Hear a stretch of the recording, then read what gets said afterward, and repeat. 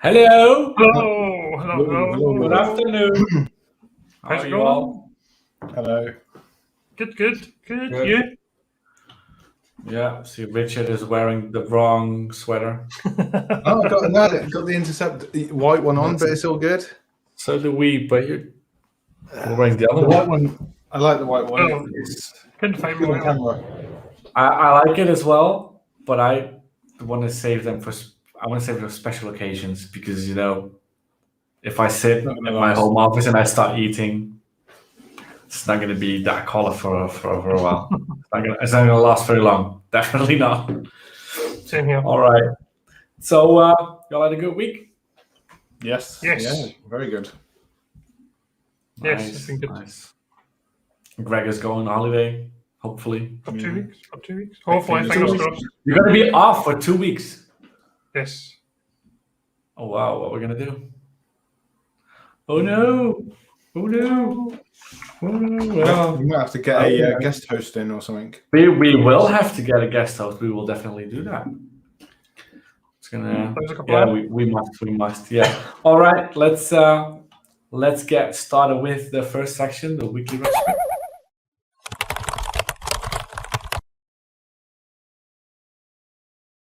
Richard, what you've been up to? Ooh, so this week I've what have I been this week? Well, I had a call with a customer with you. Yeah. It was quite a good call as well. So this customer, they got an app that runs on virtual machines, and they even have SQL running on the virtual machine, everything like that. It's all single tenanted. So we're looking at ways to make that slightly multi-tenanted in certain parts, move it to a more cloud native-y kind of technology, potentially Kubernetes, maybe web apps, probably more AKS route because of the way it needs to scale and everything like that. So that's really cool. Been really enjoying writing a document with you as well. So yeah, I've had a lot of fun. All right, that's Lots good. of Yeah, that was a lot of fun. Gregor, how's your Yes. week been? Good. Yeah, I'm 4 days a week on the same project. So yeah, more service bus, more logic apps. Today, the last couple of days, we've been writing code to put some data onto messages onto a service bus queue, read it off of the queue, and then write it back to CRM, dynamic CRM. So that's been interesting. Been working on that. That's all going pretty well. What else have we been doing? Attended a couple of PGI calls because there seems to be quite a lot of them at the moment. Out with work, did some festive tech calendar, gathering ideas, getting the team together. Yeah, that's happening. Call for speakers is just about ready to go. The new website, I believe, is going to be done shortly. So all It's going to looking be good. done this week. It's going to be done this weekend.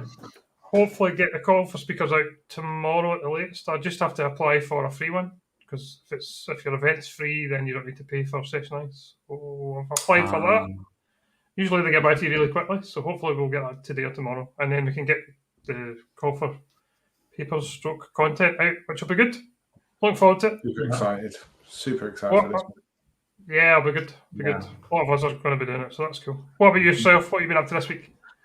Well, designs with Richard, looking into the Festive Tech Calendar website. So I'm going to deploy that this weekend. It's going to look amazing. We should probably launch it somewhere Sunday. I think I need to ping Richard for some DNS stuff, but we'll get that done before the weekend. Did a EA to CSP migration with Dan, so that was interesting. Yeah, that worked out well. Did some expert MSP stuff as well, which we're going to do somewhere Octoberish, I think. So lots of preparing for that. Even though you've got all the processes in place, you still need to do a lot of stuff. It just costs a lot of time, but it's definitely worth it. Definitely worth it. Has it changed much from last year? Yes. So you've got a checklist, right? And the checklist goes from January to August and from August to December. So you've got 2 different checklists a year. And depending on in which time frame you're auditing, that's the checklist you have to go through. Each year it changes a bit. Usually when people ask me, does it change much? I'm like, well, you remember that last year it said it's not mandatory. So you got a list of bullet points you have to go through and like, oh, that's not mandatory, that's not mandatory. Guaranteed that the next year, that optional thing is going to be mandatory.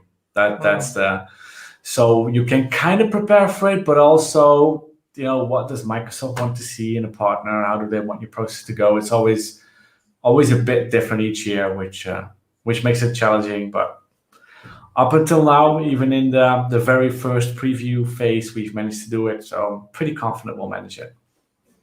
Cool. But still a lot of time. All right. Let's move into the next section. What's new in Azure?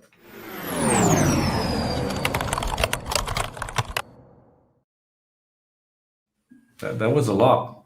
That was quite some updates. I think I know what Rich is going to mention. But let's start with Richard.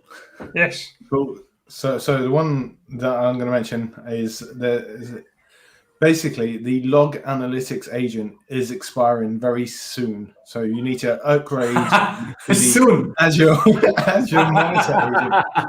And I say soon, as in 31st of August, 2024. So very soon. Make sure you upgrade right now. There'll still be people who forget. There'll still be people who forget. Don't get it done. 100%. But at least they're actually giving us a lot of notice this time, which is really nice. And it's not like, like with this certifications, they say, in a few months' time, you can't do that certification anymore, and it's all changing. They're retired. So I'm liking that they're actually giving a bit of notice. I say a bit, 3 years notice, but it's good. So definitely have a look at that. Go and see if you can update it. Better to do it earlier than later in case you do forget. So yeah. So it's going to be the Azure Monitor agent now or something? I saw something. Yes. It's going to be.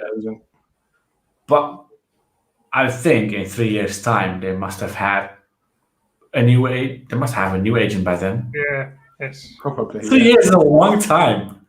Yeah, most people will wait. Yeah, maybe this is just to get rid of the OMS branding everywhere, finally. But we'll see. We'll see. Yeah. We'll see. And before we move on to other new stuff in Azure, did you all get that certification email? I think Greg did. I read it on Twitter. Yeah. I got like 3 emails. Congratulations, you passed your developer certification and then the architecting one. Yeah. But, I tend to forget stuff. Yeah, I tend to forget stuff, but what happened there? So someone made a boo-boo, or what's that? Yeah, well, Jason Nova basically said it's intern season at Microsoft, so someone's probably ran something and accidentally sent out some reminder emails. I also did notice some of the badges are actually saying legacy now if you log in, so maybe it also has something to do with that. I'm not sure, but I've heard some people getting the actual badges for exams they haven't done, so it probably is an intern as well. All right, we've got a question from Stefan. Can you guys pick an accent to do next for me, dialing between 220 and 303? So we're not allowed to do them for them. Haha. So between the two, it depends. One's easy at 220. You've done that, Wesley. Is that the IoT one? Yeah. No, AC220. Isn't that developer 220? No, AC220. That was IoT, I think. IoT. Yes, as an IoT developer, yes, I've done that one. And the other one's the architect. Architects. Yeah, the first one. I would say, Stefan, because you like tinkering with the IoT devices, do the AZ220 because I think that's where your proper interest is at the moment, and then you do the architect one afterwards. Yeah, I can. Somebody was asking me a similar question yesterday, and I was like, go with the one you prefer to do, the one you're more interested in first. Because if you do the other one, you kind of wish you'd done the one you liked. Yeah, and if you're going to do 220, check out Pluralsight and check Pete Gallagher's videos on Pluralsight. They are really good if you want to prepare for 220, like really good. So definitely recommend that. So I guess it's going to be 220, Stefan. And good luck with that. Yeah, good luck. So, Gregor, what was new for you in Azure this week?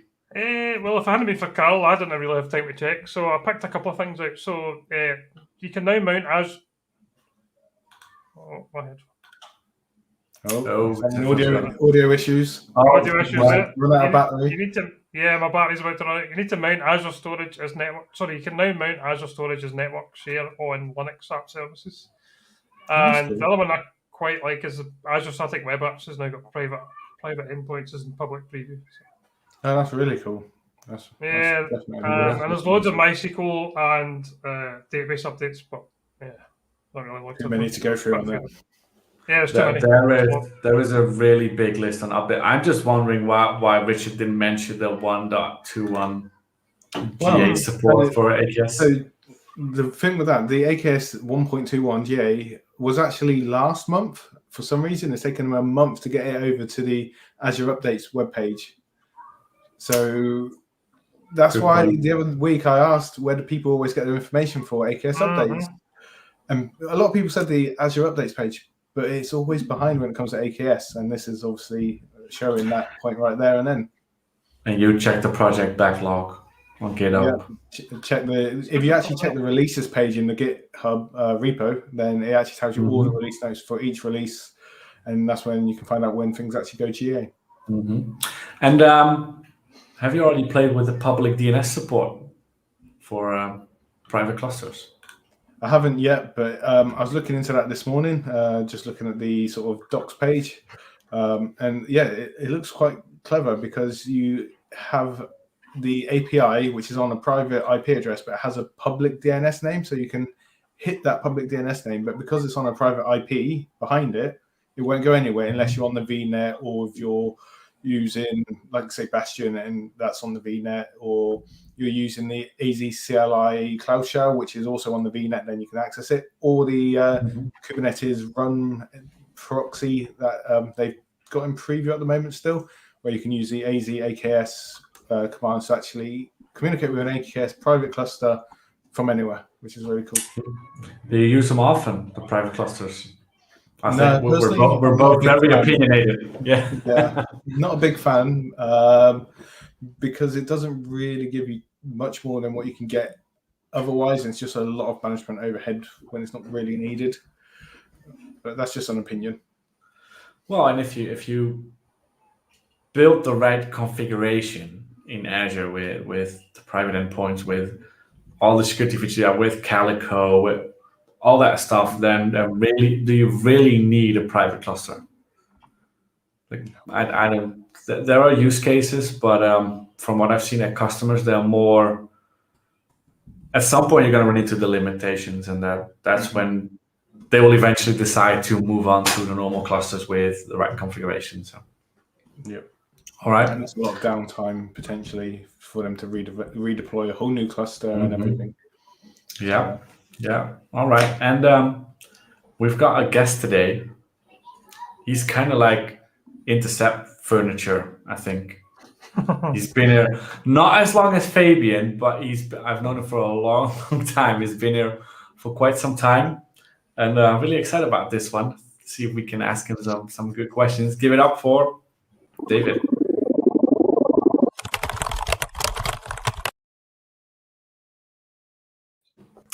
Hello. David. Hi guys. How are you doing? Hi. Good. Good. How are you? Good. Yeah. All right. Good. How's the internet? Well, now it's okay, but it went down a few times today. So yeah, let's hope it stays stable. Cross your fingers. Yeah, we'll be fine. We'll be fine. All right, David. So we've got a couple of questions for you, and we're gonna do a round robin. Which is gonna start. Then Greg is gonna take over, and I'm gonna ask a question. Hopefully, you can answer them all. Some are work related, some are not work related. Okay. Yeah. Hopefully we can have some surprising answers. So Richard, go ahead. Cool. Right. So David, first question. During your career, you specialized in a lot of different technologies until the point where you got to Intercept. Tell us a bit about that journey. The journey. Well, I didn't do anything with Azure at that moment. It's over 5 years ago because I'm 5 years working for Intercept now. But I was working at a hospital, and Rini was working at another hospital, and we had to connect the domains together because they got start working together. And then I got a call from Rini, and I said, "Hey, Rini, I know Rini because I was working with Rini some companies earlier, and then we had a chat, and it was quite quick that I signed. So Nice. Cool. Yeah. and that was to be honest, that was also my first experience when I got to work with Azure. The only thing that I'd done in Azure was Office 365, and then only use Office. So so that was a big change of work. Yeah, but I think I managed it. Yeah. Yeah. And David used to do consultancy at the company I previously worked for. I was like Oh, at the beginning of my career, 17, 18, 19. And then David was there as well, building up the, I think it was the Windows 2003 with Citrix. I think. 2003, yeah. Terminal services. Yeah, terminal services. That was it. Yeah, we still had like a server room, which was an old kitchen, and it had those tower PCs. And then David came in, and we got some of those blades in proper cabinets. 19-inch cabinets, yeah. Yeah, that good old time. That was a long time ago. Yeah. The world has Getting old changed. now. you don't look Yeah, that old, we David. Thanks. You aged well. I look completely different. Wow. Mm. Let's grow up here, Wesley. Yeah, but I've got a really poor beard growing skills. It's like Okay. my facial hair, I cannot shave for a month. And then you still be like, is that? And it's going to be patchy all over the place. Not my, no. I don't have, I don't have Viking genes, unfortunately. It's not that. You don't have the Hornets also. No, yeah, well, I have those, but no. All right, time for the next question, Gregor. Yeah, David, next question. What is the in your opinion, what is the biggest benefit of working at Intercept? I think the colleagues, because I think that when I joined Intercept, it felt like a hot bath. Can I say that like that way? And Intercept grew. It got bigger, got better, I think. Yeah. So the colleagues and all the technology that we're working with, I think that's really the future. So I think that's the biggest thing. All right. That's good. All right. And And I love the colleagues, of course. Yeah, all your UK Well, colleagues especially. Well, the nicest, one of the nice things that we have some escalation services, which we also joined recently, some time ago. But it doesn't matter which day it is, what time of day it is. You can contact most of the colleagues, and I think that's very nice. So you can trust on everybody, rely on everybody. That's cool. I like it. Yeah, that's definitely true. All right. So David, growing up, from tiny David to David now, what was your favorite show on TV? Ooh, what was my favorite? Yeah, I think I've gone back with the oldies like the A-Team and Airwolf and the Knight Rider. I have good memories of those. But also, it comes into my mind, Elf. Do you know Elf? Oh yes. Yes, the alien. Elf the alien with yes. The alien from Melmac. It's also Elf was the alien, right? No, I'm not a Thunderbirds. I was not a Thunderbirds person. No? Because we'll talk about that now, David. Oh. No, I think that was good. when I was little. Sorry? What's it? Did you say Elf or Alf? Elf. Yeah, Elf. Same thing, right? Yeah. Yeah, Elf. depends on where. That was the brown bear with the big nose, right? Was that Elf? Yeah. It's from Melmac. Yeah, I've got vague memories of that. I was also Team Thunderbirds. No, but I think we talked about that the other day with Thunderbirds 1 coming from That was from under the pool, right? And then we've got the green Thunderbirds 2 coming from the mountain with the trees going like that. Oh, that's good stuff. That's such a good program. But would you prefer Airwolf or A-Team? Sorry. I think I'd go for A-Team. A-Team. The nice thing is everybody got shot, but no one died. It's Siri. There was one episode where BA got shot. He never died, but that was like really like, oh, what happened? Because that never happens. No, one episode. When we play Xbox, we need to call ourselves the A-Team because I do a lot of shooting and no one dies as well. So that's a new What is your definition of we? Not me. You're not aiming correct, right? No. All right, next question. Right, so next question. Talking about funny moments and that, what was your funniest memory at Intercept? My funniest memory at Intercept. I think when we, in our former office, when the heater shut down, and we had to warm everything with those how do you call it? Those things we got from Bulls. Yeah, the those mobile heaters. Oh yeah. On every table and every desk there was such a heater. And the funniest part, if there were too many heaters on at that moment, the power failed. Oh, ouch. Yeah, I think I was funny moment. I remember that we got into the office in the morning and we're like, we're not going to work here. We're just going to go. This is too cold. And then Arjen would jump in his car and go somewhere and came back with all those portable heaters and plug in everything at the same time. You need like a nuclear power plant to power those things. They take so much power for that. And then we had the same thing in summer, right?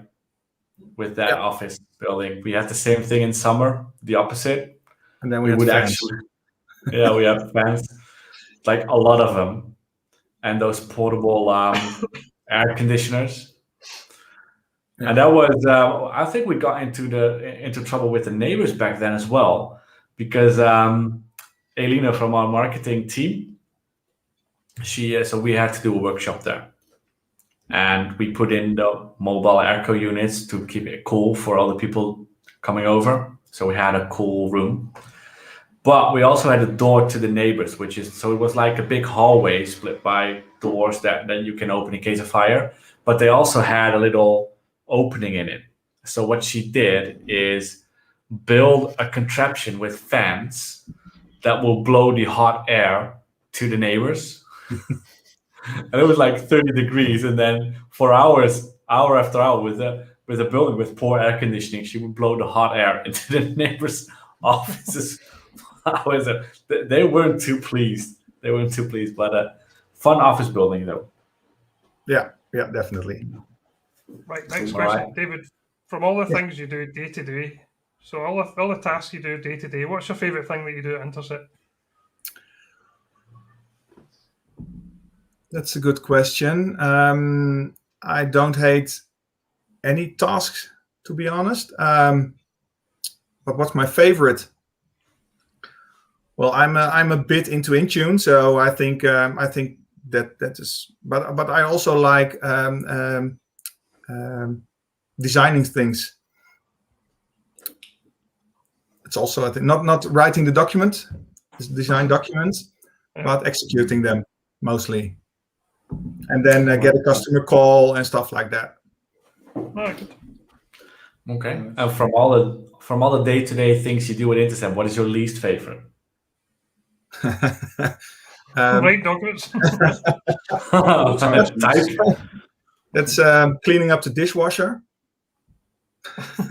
Somebody has to. No. The least, I think that would be filling my hours. Timesheets. I thought if he's not going to say timesheets, I don't know what it is. It's timesheets. Yeah. Okay. Timesheets. Yeah, I think it's everyone's issue. But yeah, it's all right. Next one. Cool. So someone's told me that you're really good at foosball. How did you get so good? Football? Football. Table football. Oh yeah, football. Yeah, table football. Yeah.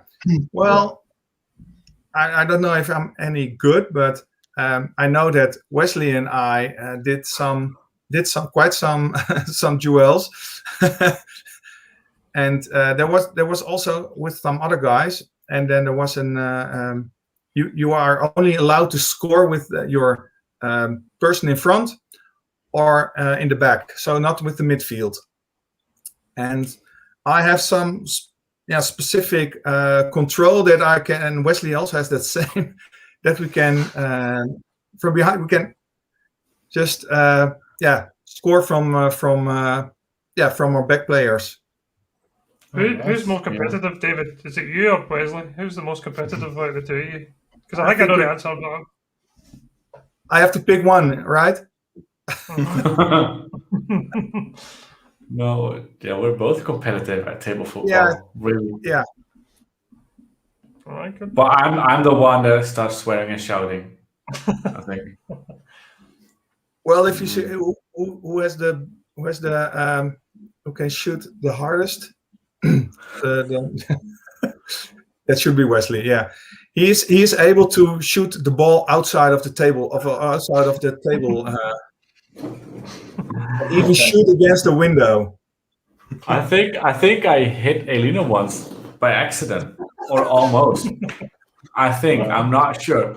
But the thing is, we've got like a really good competitive table for foosball, but it doesn't have the glass on top. So, and then in the previous office, we would have the lunch table and then the foosball table. So we would eat some and then play foosball. And then the ball would just shoot everywhere, you know, almost hit people who were still having lunch. But I wish it was good at that. I love that game. I love it. Well, we've got one more now. Yeah. No, we never do it anymore. No. Next question, David. Right.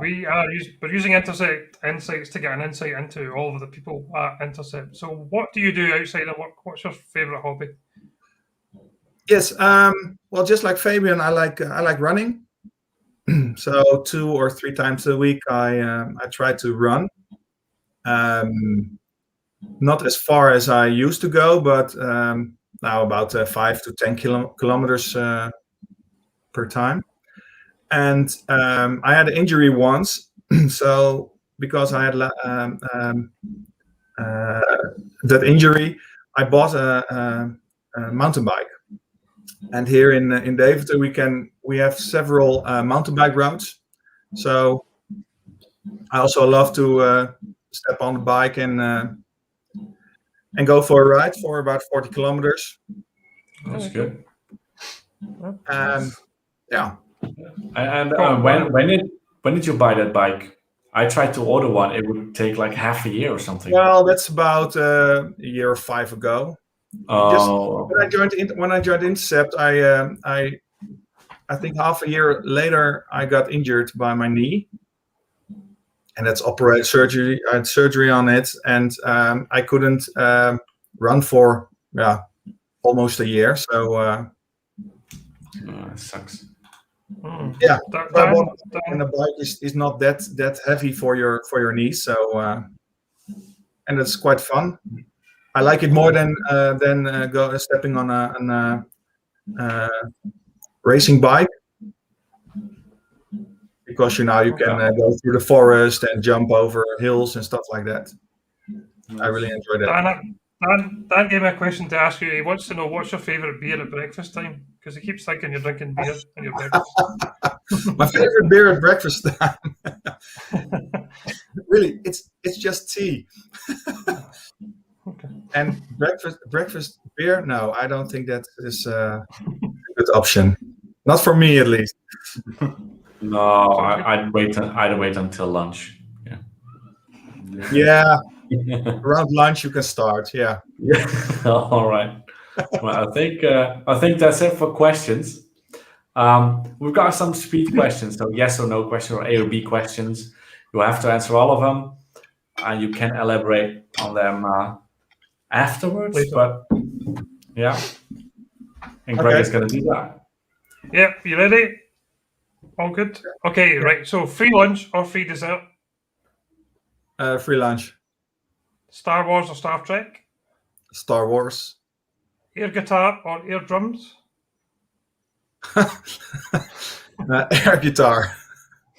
Angry client or angry coworker? Angry coworker. Good choice. Winter or summer? Summer. Going out for dinner or barbecue? Ooh, barbecue. Work from home or work from the office? Excuse me. Work from office. Apples or bananas? Apples or bananas? Apples. Be able to teleport or be able to fly? I think teleport. Good choice. Toilet paper over or under? Over. Yob or Right runny? answer. Sorry? Yob or runny? I heard it just last week. You have to choose one. Well, One of I them's go a long way definitely back with. Are they both listening? One of them definitely is watching, so I'm not going to say who, but just keep an eye out. I think I go for Rini. And that's because I know him longer. That's a good answer. Okay, well, there you go. That's us. Good motivation. Mhm. Good motivation. Yeah. So you're saying that you rather work from the office than from home? No, I said office. Office, home office, office, both. Right. All right. Never mind then. Never mind. All right, no, that's good. That's good. No, I like working from home because I don't have my the driving to the office. But I also enjoy going to the office because I can see my colleagues. All right. Yeah, makes sense. Makes Yeah. sense. Fair enough. Okay, so we're gonna move on to the next. So stick around. We're gonna move on to the next part of the show, which is gonna be fun facts.